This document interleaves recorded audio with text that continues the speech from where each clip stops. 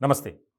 తెలంగాణలో జరుగుతున్నటువంటి తాజా రాజకీయ పరిణామాలు, మారుతున్నటువంటి సమీకరణాలు, వీటిపై తెలంగాణ మాజీ ముఖ్యమంత్రి, అలాగే గులాబీ పార్టీ అధినేత కల్వకుంట్ల చంద్రశేఖరరావు ఆయన ఒక ముఖ్యమైనటువంటి సమావేశాన్ని ఏర్పాటు చేశారు ఫామ్ హౌస్ కేంద్రంగా. దీనికి సంబంధించి కీలకమైనటువంటి నేతలు ఆ సమావేశానికి హాజరయ్యారు. హరీష్ రావు, కేటీఆర్, కవిత, ఇంకా పార్టీలో ఉన్నటువంటి కొంతమంది ముఖ్యమైనటువంటి నేతలు. ఈ సమావేశంలో ప్రధానంగా చర్చించినటువంటి అంశాలు ఏంటంటే, అసలు ఏం జరుగుతుంది, మన పార్టీలోంచి ఎందుకు అలా వెళ్ళాల్సి వస్తుంది, అది ముఖ్యమైనటువంటి అంశం. అలాగే త్వరలో జరగబోయే పార్లమెంట్ ఎన్నికలకు సంబంధించి ఏ రకమైనటువంటి కసరత్తు చేయాలి, అభ్యర్థుల ఎంపిక దగ్గర నుంచి ప్రతి విషయంలోనూ. ఎందుకనంటే తాజాగా జరిగినటువంటి అసెంబ్లీ ఎన్నికల్లో ఘోరమైనటువంటి ఓటమిని చవిచూసింది బీఆర్ఎస్ పార్టీ. అలాగే జాతీయ పార్టీగా ప్రకటించారు. దానికి సంబంధించి వేరే రాష్ట్రం వైపు అసలు కన్నెత్తి కూడా చూడనటువంటి పరిస్థితి. ఇప్పటికే ఒడిశా, మహారాష్ట్ర, ఆంధ్రప్రదేశ్ సంబంధించి బీఆర్ఎస్ నేతలు ఒక్కొక్కరుగా రాజీనామాలు చేశారు. అక్కడ ఉన్నటువంటి స్థానిక పార్టీ కార్యాలయాలకు కూడా తాళాలు పడ్డాయి. ఇటువంటి సందర్భంలో మనం తెలంగాణ నుంచే రాజకీయాలు చేద్దాం అనే ఆలోచనలో ఉన్నారు. దానికి సంబంధించి కూడా ఒక ప్రధానమైనటువంటి చర్చ జరిగింది. మరొక ముఖ్యమైనటువంటి అంశం మీద కూడా సుదీర్ఘంగా మంతనాలు జరిపారు. అదేంటంటే ఎమ్మెల్సీ కవిత వ్యవహారం గురించి. ఏదైతే సిబిఐ నోటీసులు ఇచ్చిందో ఆ నోటీసులకు సంబంధించి నేను హాజరు కాలేను, నేను ముందుగా ఏర్పాటు చేసుకున్నటువంటి కార్యక్రమాల వల్ల నేను రాలేను అని ఒక లేఖ పంపారు. అందులో కూడా గతంలో ఇచ్చినటువంటి నోటీసును అనుబంధంగా పెడుతూ, అప్పటి నోటీస్ అయితే నేను విచారణకు వస్తా, ఇప్పుడు మీరు ఇచ్చినటువంటి 41A నోటీస్ కింద అయితే నేను రాలేను అని. అంటే 41A నోటీస్ అంటే అక్యూజుల్ లిస్ట్లో మేడం గారిని చేర్చారు. దీనికి సంబంధించి కూడా ప్రధానమైనటువంటి చర్చ జరిగింది. అలాగే పార్టీలో ఉన్నటువంటి ముఖ్యమైనటువంటి నేతలు ఎందుకు వెళ్ళిపోతున్నారు, దాని మీద కూడా చర్చ జరిగింది. వాస్తవానికి ఎన్నికల తర్వాత గులాబీ పార్టీలో ఏ రకమైనటువంటి పరిస్థితులు నెలకొన్నాయో మనం చూస్తూనే ఉన్నాం. రోజుకొక 10 మంది వరకు గులాబీ పార్టీకి గుడ్ బై చెప్పి కాంగ్రెస్ పార్టీకి జై అంటున్నారు. మరి ఇలాంటి సందర్భంలో చాలా కీలకమైనటువంటి పరిణామంగా చూడాలి. ఎన్నికలు సమీపిస్తున్నటువంటి వేళ పార్లమెంట్లో మనం ఎలాగైనా సరే మన వాడి వినిపించాలి, ఎక్కువ మంది మనం గెలుచుకోవాలి, అంటే ఆ పార్లమెంట్లో ఎక్కువ మంది మన పార్టీకి సంబంధించిన వాళ్ళు ఉండాలి అనే ఆలోచనలో కేసీఆర్ ఉన్నారు. గత ఎన్నికల్లో చూస్తే 9 స్థానాల్లో బీఆర్ఎస్ పార్టీ విజయం సాధించింది, 9 మంది ఎంపీలు పార్లమెంట్లో. మరి ఇలాంటి సందర్భంలో ఇప్పుడున్నటువంటి పరిస్థితులను బట్టి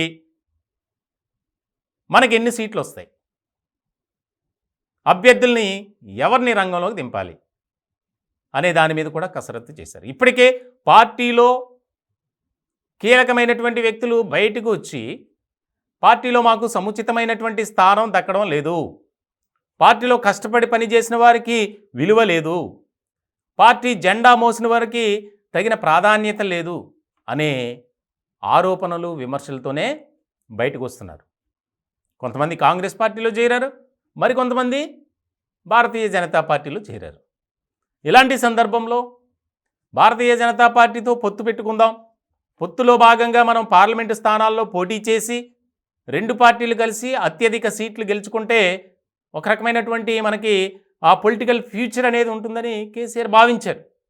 కానీ ఆ అడుగులు కూడా పడటం లేదు. ముఖ్యంగా బీఆర్ఎస్ పార్టీ బీజేపీతో కలవాలనే ఆలోచనలో ఉంది, కానీ బీజేపీ మాత్రం దానికి నో అని చెప్తుంది. ముఖ్యంగా కేంద్రంలో ఉన్నటువంటి బీజేపీ నేతలు ఓకే అన్నప్పటికీ రాష్ట్రంలో ఉన్నటువంటి బీజేపీ క్యాడర్ దానిని అంగీకరించట్ల. ఇలాంటి నేపథ్యంలో మనం ఎక్కడికి వెళ్ళినా దాడి, ముప్పేట దాడి.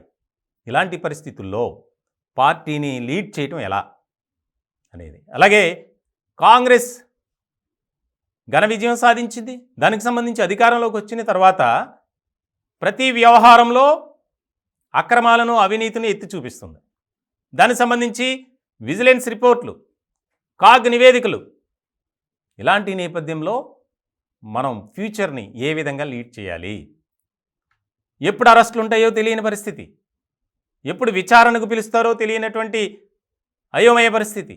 ఇలాంటి నేపథ్యంలో పార్టీలో ఉన్నటువంటి క్యాడర్ ఏ రకమైనటువంటి అడుగులు వేయాలి, పార్లమెంటు ఎన్నికలే లక్ష్యంగా ప్రజల వద్దకు వెళ్తే ఏ రకమైనటువంటి మనకు స్పందన వస్తుంది అనేది కూడా కీలకమైనటువంటి పరిణామంగా మారింది. ఇటీవల బీఆర్ఎస్ నాయకులు ఏదైనా కార్యక్రమానికి వెళ్ళినా, ఎవరినైనా పరామర్శించడానికి వెళ్ళినా అక్కడ ఉన్నటువంటి పరిస్థితి చూస్తే అయ్యో ఏంటి ఇలా జరుగుతుంది అనిపిస్తుంది. ఇదివరకు ఎవరైనా మాట్లాడే పరిస్థితి ఉంటే అక్కడ మీడియా తోపులాట అనేది జరిగేది, మీడియా ప్రతినిధుల మధ్య వాగ్వాదం జరిగేది. ఎందుకంటే మైక్స్ పెట్టడంలో కానీ, వారు మాట్లాడేది గ్యాదర్ చేయడంలో కానీ. ఇప్పుడు అలాంటి పరిస్థితి కూడా లేదు. అది కూడా ఒక రకమైనటువంటి వారికి భయపెట్టే అంశంగా మారింది. ఒక 3-4 ఛానల్స్ తప్ప ఎవరు వెళ్ళడం లేదు కవర్ చేయడానికి అనే బాధ కూడా గులాబీ నేతల్లో ఎక్కువగానే ఉంది. మరి ఇలాంటి పరిస్థితుల్లో వీటన్నిటినీ అధిగమించుకొని ముందుకు వెళ్ళాలంటే ఏ రకమైనటువంటి ప్రణాళికతో వెళ్ళాలి అనేది ఇక్కడ కీలకంగా మారినటువంటి అంశం. టార్గెట్ ఎలా అయినా సరే మనం 10 స్థానాలైనా గెలవాలి. ఆ పరిస్థితి ఉందా అంటే అసలు లేనే లేదు. 1-2 స్థానాలతో పరిమితం కావాల్సిందే అని చెప్పి ఆల్రెడీ సర్వే రిపోర్ట్లు కూడా చెప్తున్నాయి.